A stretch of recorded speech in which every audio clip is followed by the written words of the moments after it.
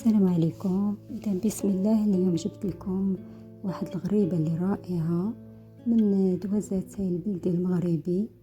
يعني البريستيج كيكون في الحفلات في الأعياد.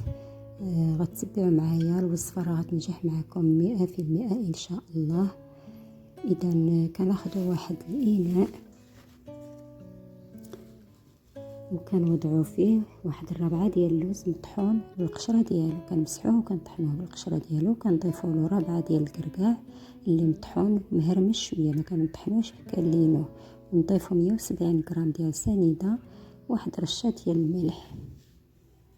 كنخلطوا هاد النواشف مزيان بيدينا فقط، وكنضيفوا 2 ديال المعالق ديال الكونفيتور د المشماش.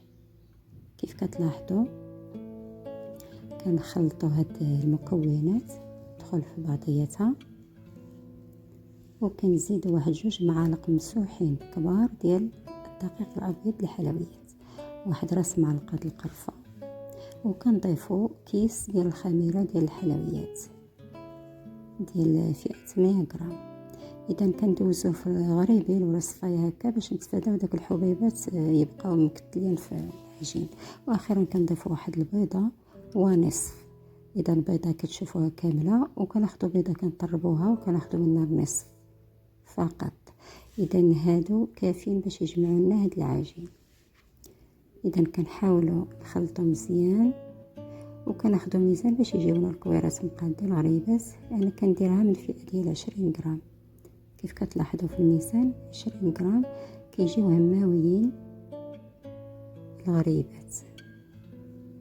اذا كناخذوا بيض البيض كندهنوا به الكف ديال يدينا، وناخذوا داك الكويره ديال الخليط 20 غرام وكنكوروها ونرميوها ندوزوها نفندوها في سكر الكلاصي سبيسيال.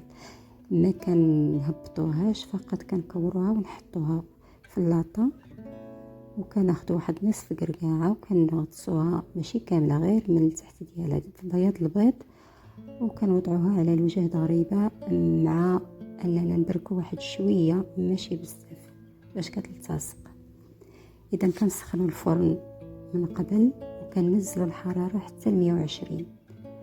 5 دقائق العافيه من فوق غريبه، و8 دقائق العافيه من تحتها فقط لا غير. وكتوجد معنا غزاله ولذيذه وهمويه لمائدة العيد إن شاء الله. عيدكم مبارك سعيد، سعيدة وتعودوا بالصحة والهنا. ما تنسوش الاشتراك والبارطاج واللايك، وشكرا لكم، وتبقوا على خير، وإلى وصفة قادمة بحول الله. السلام عليكم.